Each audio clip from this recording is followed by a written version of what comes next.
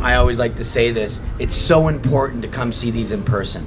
And when I started real estate, I never thought I would sell a home like this. I truly didn't. And I thought those were for those people, those big agents. But when you come and see this, this inspires you, and you never know where you are, who you're with, that says I'm looking for the most incredible architectural home with the view, so cool, I want it to be original, I don't want it to look like all the other modern homes, and you say, oh my God, I was there, I have the perfect home, and you call the agent and you get them there first. And all of a sudden, now you have a $50 million sale underneath your belt.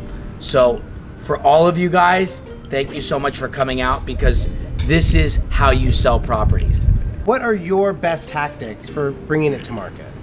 I think the first tactic for bringing an architectural to the market is to study the architect. Know everything about Mr. Paul Williams, know everything about Tom Kundig. So that's what we did, because Tom Kundig is the architect of this home. He never built a residential home in Los Angeles before.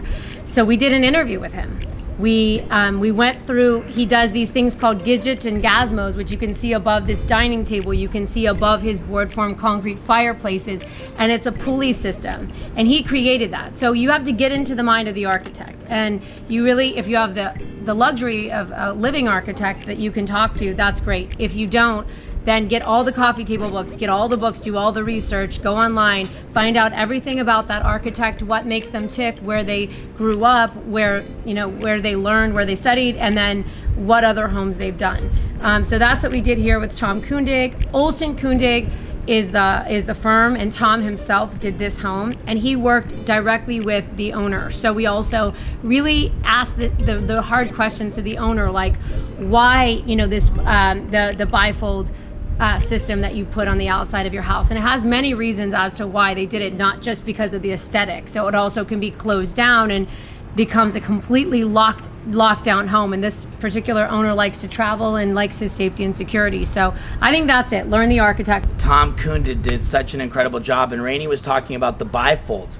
And really, see those bifolding windows? They're actually used as architectural elements that come down and create this really cool lighting through the house and security. And then it also works as overhangs for the sun. Mm-hmm. And the reason they did that is because if you did it that way, you could set the house closer to the edge of the cliff.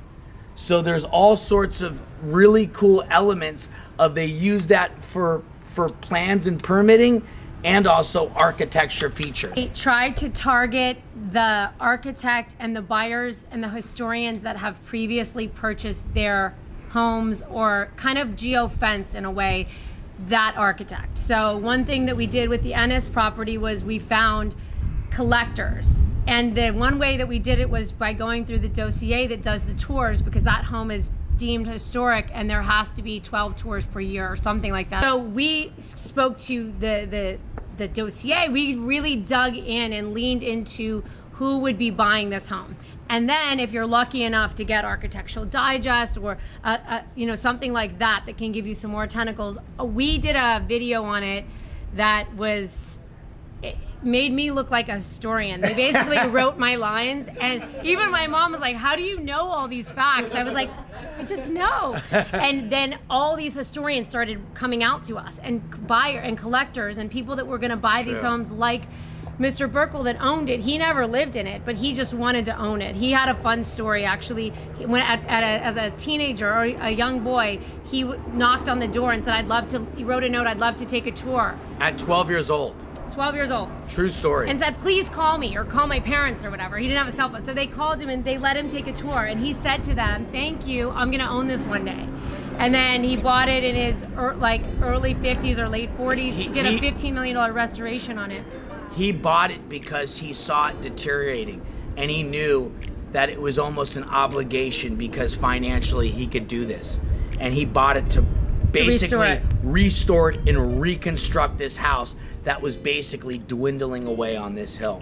Branden and Rayni know firsthand. I love to look out in the audience and see people taking notes. I hope we drop some knowledge for you guys today. Who's taking notes? I love a note taker. Right there, note taker and note takers. Oh my God, right that's here. amazing. And I'm going to say it again, guys.